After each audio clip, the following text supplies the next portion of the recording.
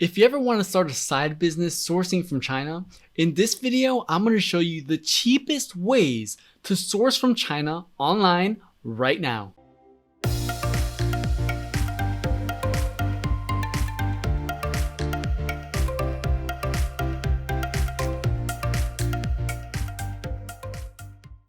Now for this video, I'm going to be focusing on B2B platforms, mainly because when you buy in bulk, the cost of each item tends to be a lot cheaper. So platforms that are meant for B2C or for the customer side tend to be more expensive because they're one-time purchases.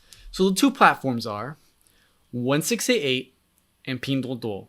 Now there may be others, but these are the most recognized ones in the Chinese market using Chinese networks. Granted, there are other platforms of these versions, I call them the international versions, all in English, but I'm telling you, the prices are just a lot different.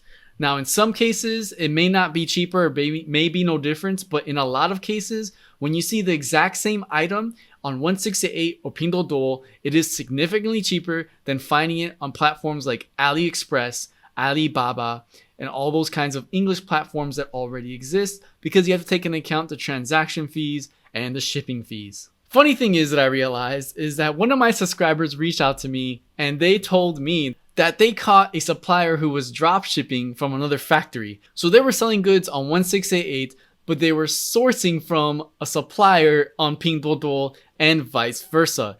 The same applies for AliExpress and Alibaba. Sometimes you may catch people selling on AliExpress or Alibaba, but they're actually using a supplier in the domestic market in China to sell you the goods, and they get the percentage in between of what they buy the goods for and what they sell you the goods for. So you can already have an idea how popular these platforms are in China. Now realize for both of these platforms, I recommend that you just stick to the mobile version, like the mobile phone version, because the desktop version either may not work, or you need authenticated Alipay or WeChat, meaning you need a Chinese bank card to actually use them. So stick to the mobile versions as I'm going to show you in this video. Also, Pinduoduo does not offer a desktop version to buy products, FYI. So 1688 is actually pretty easy to use, but you need an Alipay account first. Luckily, Alipay opened a function called the Alipay Tour Pass, and I go through in great detail in this video right here on how to set up an Alipay Tour Pass, where you provide your passport information and you can have an Alipay account. The good thing about opening an Alipay account is that as soon as it's opened, you automatically get a Taobao account, which is linked to your 1688 account. So once you have Alipay and you pass through the authentication of your passport, you are good to go to start using the platform. To log into the system, simply download the 1688 application, which I'll put in the link in the description below on how to download it. And then use your Alipay to log in. There should be a picture that says use your Alipay to log in. Log in with the phone number you registered with when you applied for the tour pass, and you're in. Then you simply can look at the goods. You can just search for anything. I recommend you do either two ways of searching for something. Use Google Translate, as in if you want to buy a passport holder, you can just type that in Google Translate, and then it'll give you the translation of that, which should be Hu Jiao Bao. And then you type that into the search bar. Or if you want to get clever, you can use the image search and take a picture of what you want to look for. And when you upload that picture, there's an AI engine that calculates what it can be in the platform and gives you a bunch of search results. Now, as I mentioned, you do want to stay in the mobile version for this, so just make sure to add something into your cart if it interests you. Before you even go with the purchase, you need to make sure you have your address set. Because a lot of these platforms are very similar. Once you master one, you can master all. But to change the address in your application, just go to Me and put in the address. Now, something to note is that these platforms do not ship overseas. Very rarely, maybe 5% or less, actually do ship overseas, but you can expect in most cases they do not. So you need to put your local freight forwarder or your domestic market address in Chinese for it to actually go through the transaction. If you don't have a freight forwarder, you can message me in the comments down below or in social media at Expat Survival on my Instagram or Facebook, and I can help you get a freight forwarder.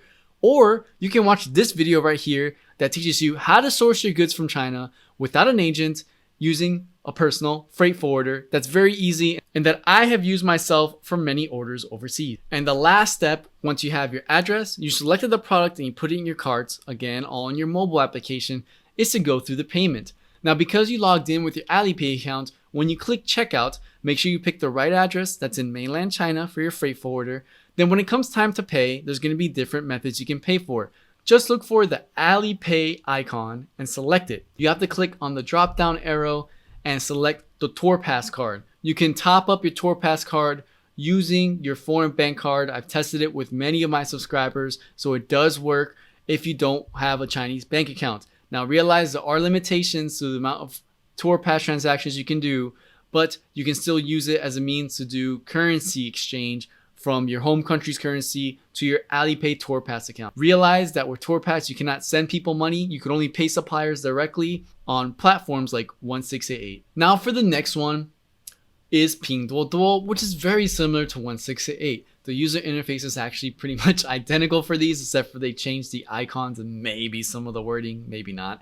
But you can see here that the interface looks quite the same. A little backstory about Pinduoduo is that it used to be tailored for the smaller factories that had trouble finding customers in mainland China, but as you can see, they're starting to internationalize, and they actually have an English website that you can look through, but you can't buy products on it. You still must use the mobile application on your phone. The fastest way to create a Pinduoduo account is to actually have a WeChat account, which I go through in a deep tutorial all about WeChat and its functionalities. That's foreigner friendly to use right here. Go ahead and check it out when you have time. I'll also put it down in the description below. But it just makes the sign up process so much easier. Now, something about Pinduoduo that I'll show you guys. I guess you could say it's a little secret, but it really isn't. If you want to buy branded items, they have a lot of deals to offer discounted rates. Not crazy discounts, but enough to make you buy from that platform versus another platform. Let me give you an example. If I want to buy a brand new iPhone 11, and I mean a real iPhone 11 from the real store, you can click on some of the promotions that are happening in Pinduoduo. They actually give out lucky money or lottery like every 12 hours to see if you can get even more of a discount on certain items like iPhones. I know they've currently done it for the iPhone 11, that if you apply for it, you can be one of the lucky people that they hash out a coupon for a temporary amount of time to get a discount of like 200 or 300 RMB. So that can be an additional $50 to $60 discount for some items. And this is just an example with the iPhone. They do it for all kinds of items as well. Now to use Pinduoduo, as I mentioned before, once you create a WeChat, you can actually log into Pinduoduo with your WeChat.